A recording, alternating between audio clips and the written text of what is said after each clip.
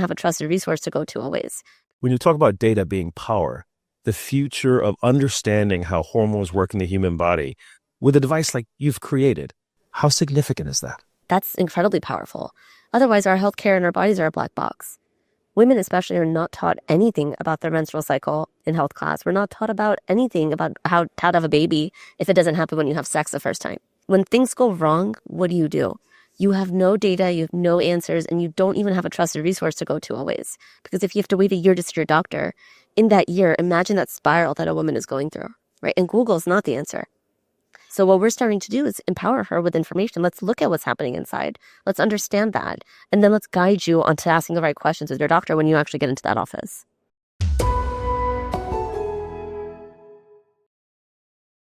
Sabrina, there's so much energy right now at JP Morgan. What do you see as the most exciting part of this moment, and why is it so important for BCG to be a part of it? So being at JP Morgan, you always see what this industry is doing for patients in the end. And seeing the next wave of innovation to find its way, it's just very, very powerful and gives me personally lots of energy. At the same time, I look around and I see the complexity that we are facing every day. What do you feel is special about this moment now? Reflecting on the last 16 years in the industry, I cannot remember one moment when fundamental dynamics all seem to change. What do I mean by that? So the US has been financing innovation and supporting innovation for a long time. With IRA, with MFN right now coming to play, we see global profit pools shifting at a time where we also see economies not flourishing everywhere. So healthcare budgets become also under pressure. Global profit pool is moving. Suddenly, companies are thinking and rethinking where to launch first, how fast to launch, and this we will see with an impact on patients. If I think about the geopolitical situation, the question will be, how will the different countries, the systems work together in the future? Since as an industry, I am a strong believer that we are global, since in the end we have global products to best serve the patients in high demand and need. Thank you so much.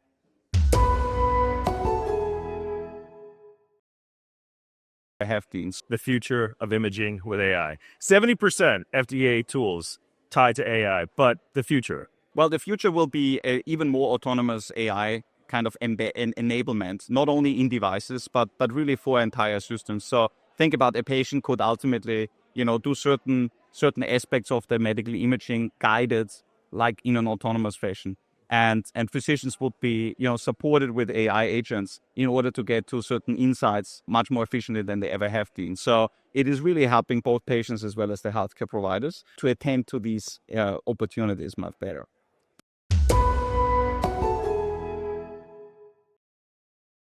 Sometimes so many companies can pilot AI, and I keep on seeing these videos and people touting, I've got this wonderful idea, but scaling it seems so much more challenging.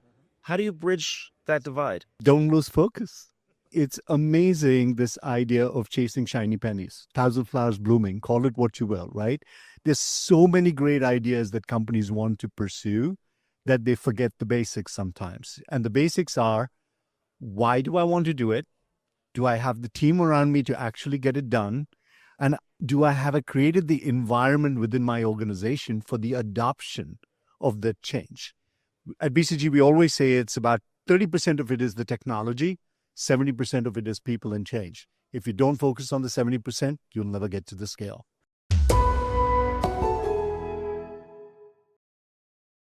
So, Jazz, where are digital and AI coming together to create real value? And also, very critically, what separates this idea of what people want from what's actually getting implemented with AI and the digital technologies? I think it's a great question. I think everybody wants the world from AI and digital today. It's become such a central core of all of our conversations. The core point is it's actually delivering value today. It's working today. The question really is, depending on the space, whether you're going to see that complete return in a short run or in a long run. So when we look at this long run, What's the biggest blocker from what gets adopted to, what's just an idea? Imagination and intent, right? If your goal is I want quick short-term results, you should go after the areas where you're seeing results today. Content creation, submission of regulatory documents. So many companies can pilot AI, and I keep on seeing these videos and people touting, I've got this wonderful idea, but scaling it seems so much more challenging. How do you bridge that divide? Don't lose focus. It's amazing, this idea of chasing shiny pennies, thousand flowers blooming, call it what you will, right?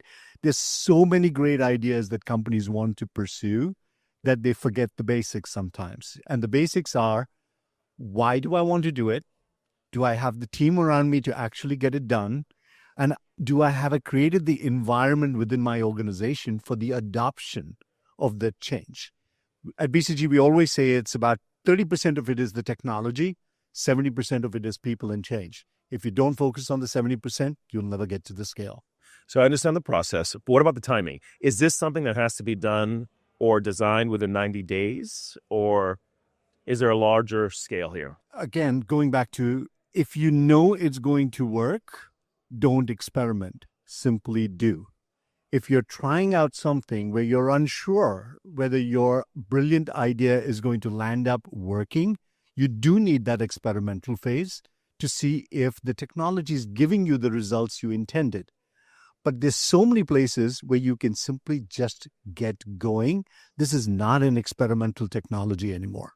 It's not an experimental technology.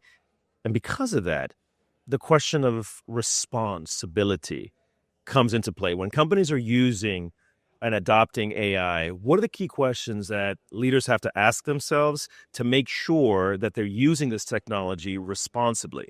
The first question they should be asking themselves is, why the heck do we want to do this? Are we doing it because everybody's telling me to do it, or do I have a purpose behind my action? Is it efficiency?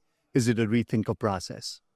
What's the leadership team I have in place? Do I have owners for these solutions that are going to ensure its adoption and success? Do I have the ecosystem? You can't do it by yourself. Do I have the ecosystem? And by the way, that ecosystem extends far beyond technology firms. It's the ecosystem that says, is this going to eventually be successful with the partnerships I have? And last but not the least is, do I have an organization that is ready to actually take this thing on? Have I put the change effort into adoption that my organization is going to have to pursue? Thank you, Jess.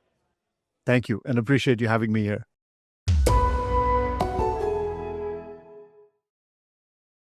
Automation doesn't create order. Automation depends on order to be effective. Philip, in your latest piece, you write about the business enterprise as code. And obviously that's a phrase that's really, really popular in Silicon Valley, but explain that a little bit more. Absolutely. So enterprises are ways to bring order to the chaos of nature, of reality. Humans since time immemorial have been endeavoring to bring order to progress society, improve lives of others, and overall sort of make value out of these complicated, messy things that reality throws at us. To this day, enterprises have been operating essentially like somewhat complex machines. They have inputs, they do something with it, and they have outputs, be it products or services.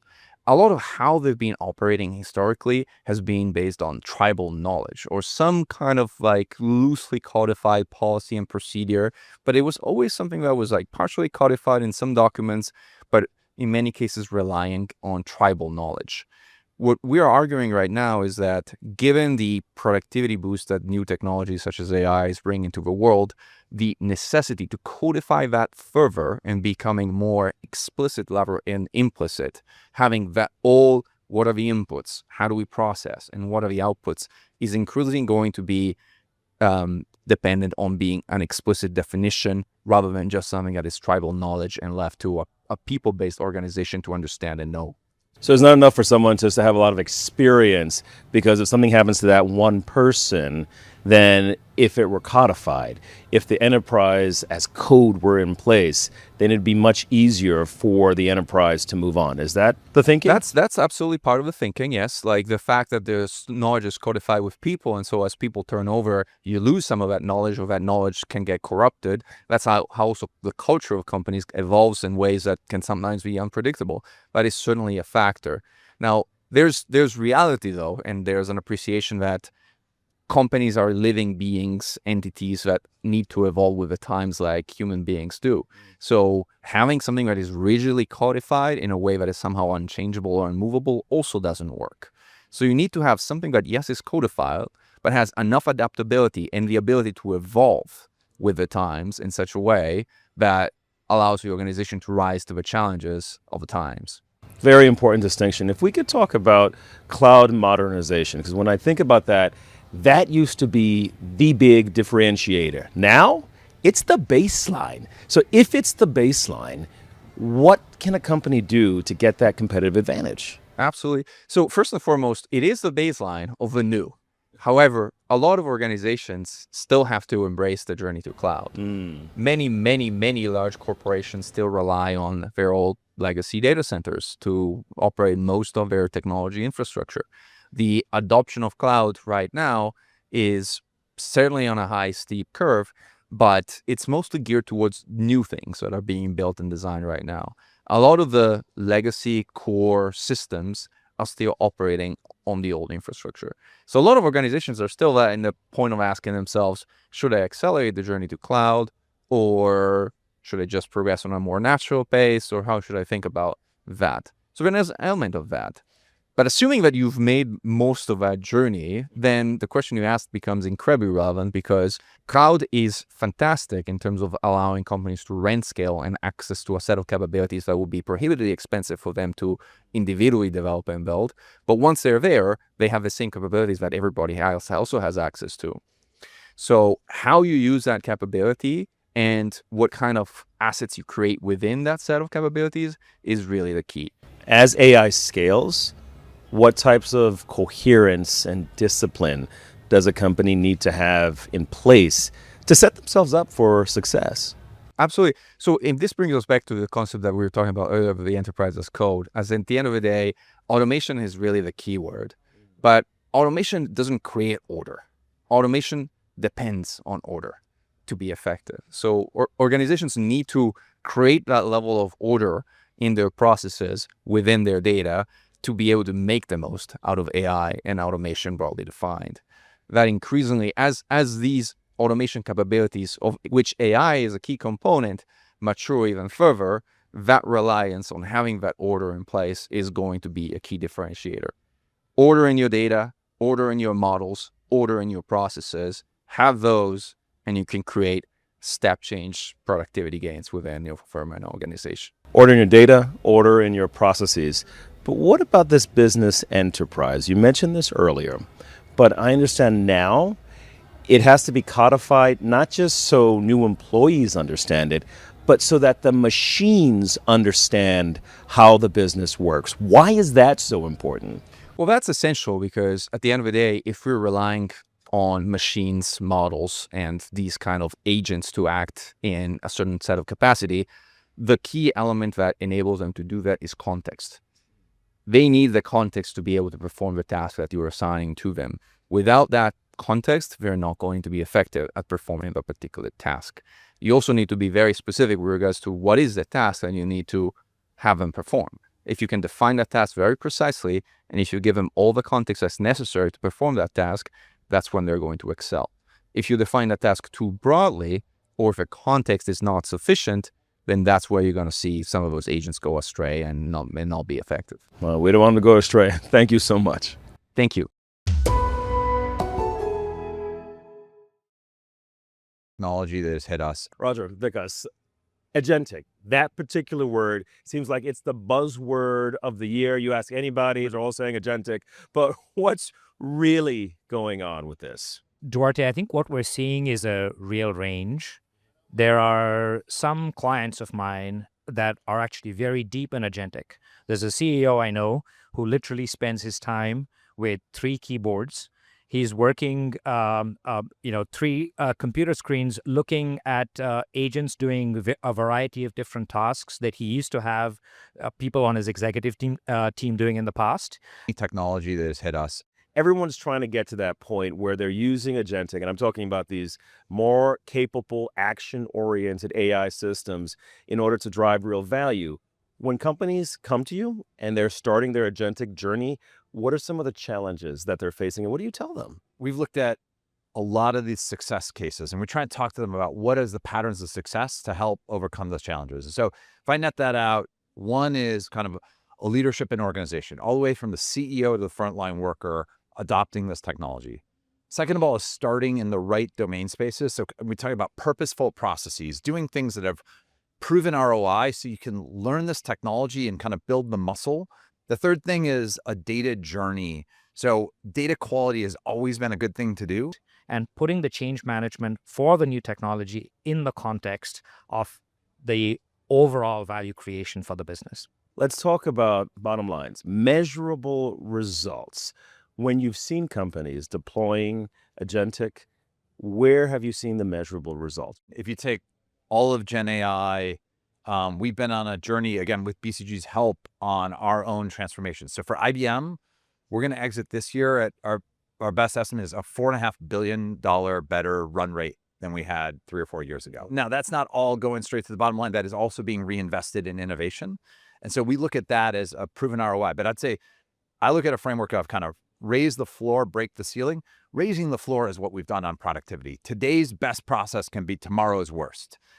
I'm really excited about what's coming on break the ceiling, which is new business models, new product lines, new areas that are emerging. Over time, companies will do that, raise the floor, build their technology skills, and then that will give them the technical platforms, the skills, the willingness to change that allows them to break the ceiling. That's where business transformation is really going to come from in the longer run. On Claude tomorrow. So, David, when we look about all these deals that are taking place in the AI space with healthcare, what fails first in an AI deal? Well, the first thing is that people assume there's going to be a stable operating model. So you just think, okay, I've got baseline stability, and now what am I going to do? Because you think you understand what is labor intensity, what are scale economics like, but that may all blow up with AI. That's what fails first. So what do you look for now if you're looking at one of these deals? Looking to see what's going to happen tomorrow as opposed to just today. So I'm looking to see, is it, for example, if it's a roll-up, is it based on thinking economies of scale are going to come in the back office? So when we're looking at portfolio companies, where do you see AI creating the best value in how they select? The best thing is really if you've got an existing advantage that cannot just be taken away by AI, but is actually strengthened by it. So how do investors balance this whole notion of AI's upside with all the risks? We have regulatory hurdles. We have the idea that there could be errors in the model. How do you balance the upside with all of the risks? Yeah, well, so one thing is just to be close to retirement, and you can say, that looks interesting. I'll watch it from the sidelines. But if that's not one of the options that you're looking at, then it's really about understanding there are tremendous opportunities from AI in keeping work. Alan, in a world where AI is essentially everywhere, how do you balance what the technology can do with that human emotion and creativity that's so essential to make products for passionate fans really come alive? We're in the business of making collectibles, and collectibles by definition are something that are very emotional. You know, there's the nostalgia of a favorite sports player, or the thrill of finding a great trading card, or just the memory of a moment in sports history. These are things that AI can't really reproduce. And so our mission is to make sure that we're using AI to cover the more mechanical parts of the work to ensure that we're making a better product for our collectors, while leaving the people in our company to do the deeply emotional and creative parts of the work, so that we're always bringing the best product as possible to the market for our collectors. And so our goal ultimately is to make sure that we remember what makes collectibles collectible. And that's something that's in the hearts and minds of our collectors and not in a GPU. You're always keeping that at core. You know, I've seen so many AI demos that have been very, very, very impressive. How do you know when what you're investing in actually has real impact? How do you move past the bells and whistles to something that's having real impact? I think what we have to keep our eye on is what are the things that are actually going to move the needle for our business, and they have to be things that are measurable, whether it's being able to produce cards more at scale, be able to deliver these products more on time, have better quality, have better consistency. These are all things that are measurable, and we want to be able to use AI to help us in that journey. So for example, we use AI to help with quality control of our products. It's not something very flashy, but it's something that is very, very measurable, tangible, and ultimately creates better outcomes and products for our collectors. And so if we're doing these AI pilots, we have to make sure that they stay grounded in measurable results. Otherwise, we don't ship them. So in your personal experience, you're using AI to make sure the quality of the product stays high. What about for other industries? What advice would you give to other tech leaders? And in particular, the question that I'm going at is, how does AI change the role of the CTO? A CTO's role used to be mostly about technology delivery, and I think it's increasingly becoming about technology transformation. The world around us is changing so fast, and whatever you know about AI last week is no longer true this week. And so it's our job to stay at the forefront of those technologies so that we can understand what the work that needs to be done is and figure out how these new emerging technologies can upend our understanding about how to do that work. It's less shipping code now, and it's more about shaping work. And so if I would give advice to any other CTOs, it's to not think about how AI can transform individual processes that you might have in your business today. It's about taking a look at the work that needs to be done, what are the inputs and what are the outputs, and how can these new frontier technologies get you straight from A to B without regard of how you currently do that work today. The technologies are so transformative that you don't really need to be constrained by how it is that you actually conduct that work today. Thank you. Thank you.